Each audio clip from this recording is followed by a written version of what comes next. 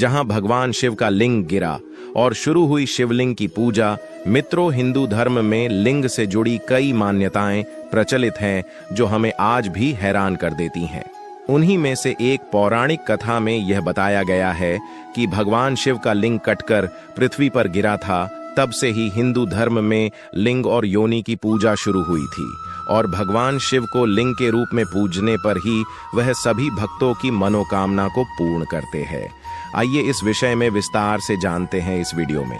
मित्रों, शिव पुराण एवं लिंग पुराण में भगवान शिव के लिंग रूप की पूजा के विषय में कई उल्लेख मिलते हैं। इन पुराणों में यह भी बताया गया है कि एक श्राप के कारण भगवान शिव का लिंग कटकर धरती पर गिर गया था। तब से भगवान शिव को लिंग के रूप में पूजा जाने लगा।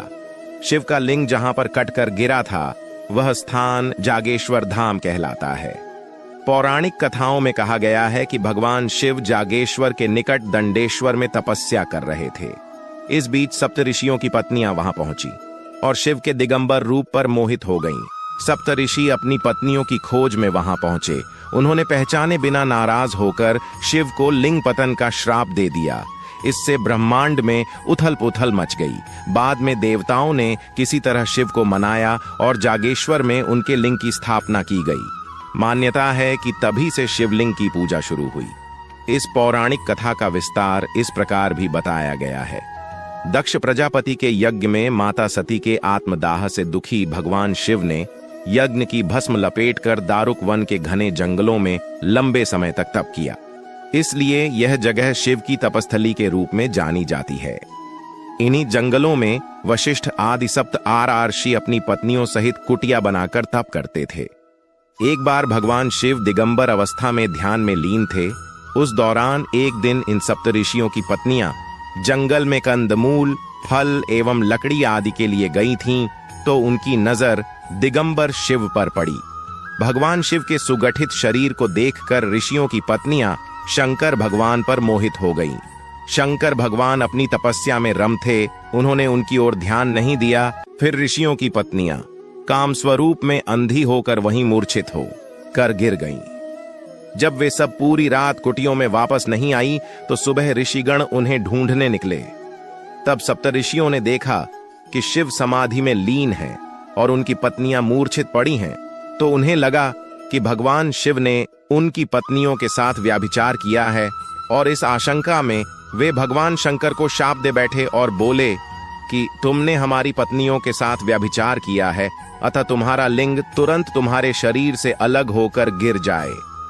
भगवान शिव नेत्र खोलते हुए बोले कि आप लोगों ने मुझे संदेहजनक परिस्थितियों में देखकर अज्ञानता के कारण ऐसा किया है, इसलिए मैं इस शाप का विरोध नहीं करूंगा। मेरा लिंग स्वतः गिरकर इस स्थान पर स्थापित हो जाएगा। तुम सभी सप्त ऋषि भी आकाश में तारों के साथ अनंत काल तक लटके रहोगे। लिंग के शिव से अलग होते ही पूरे संसार में कोहराम मचने लगा। ब्रह्मदेव ने संसार को इसके प्रकोप से बचाने के लिए ऋषियों को मां पार्वती की उपासना करने के लिए कहा। ब्रह्मदेव जानते थे कि शिव के इस तेज को पार्वती ही धारण कर सकती हैं। ऋषियों ने मां पार्वती की उपासना की। पार्वती ने योनि रूप में प्रकट होकर शिव के लिंग को धारण किया। इस प्रकार यह शिवलिंग की स्थापना हो गई। पौराणिक मान्यताओं के अनुसार सबसे पहले शिवलिंग का पूजन जागेश्वर से ही प्रारंभ हुआ। मानसरोवर की यात्रा पर निकलने वाले यात्री इस धाम की अर्चना करके आगे बढ़ते हैं। यहाँ करीब 200 से ज्यादा मंदिर हैं। जागेश्वर धाम अल्मोड़ा से 29 किमी दूर देवदार के घने जंगलों के बीच बसा हुआ है। इस धाम का प्राचीन काल से ही काफी महत्व है। पुराणों में भी इस स्थान का व्यापक वर्णन मिलता है। यह धाम उत्तर भारत के एक प्रमुख शिव मंदिर के रूप में प्रतिष्ठित है। मान्यता है कि यहाँ पर शिव जागृत रूप में विद्यमान है।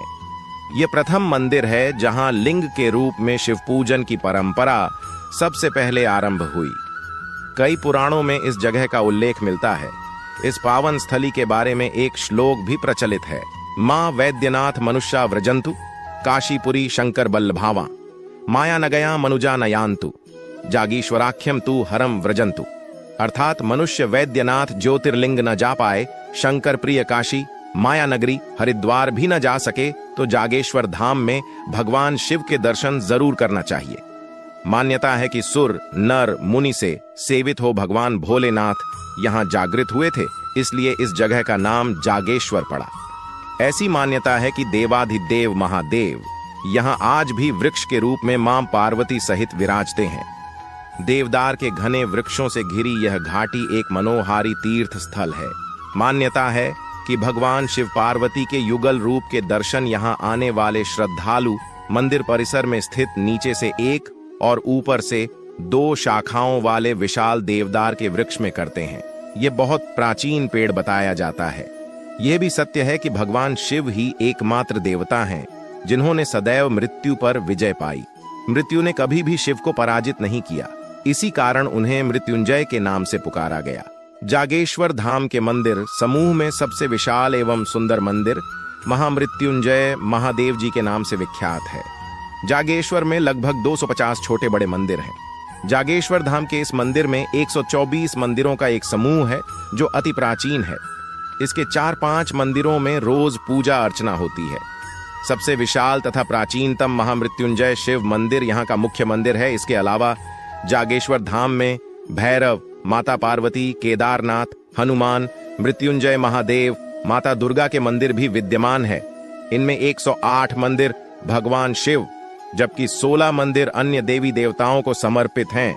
महामृत्युंजय, जगन्नाथ, पुष्टि देवी व कुबेर के मंदिरों को मुख्य मंदिर माना जाता है। स्कंद पुराण, लिंग पुराण, मार्कंडेय आदि पुराणों ने जागेश्वर की महिमा का बखूबी बखान किया है।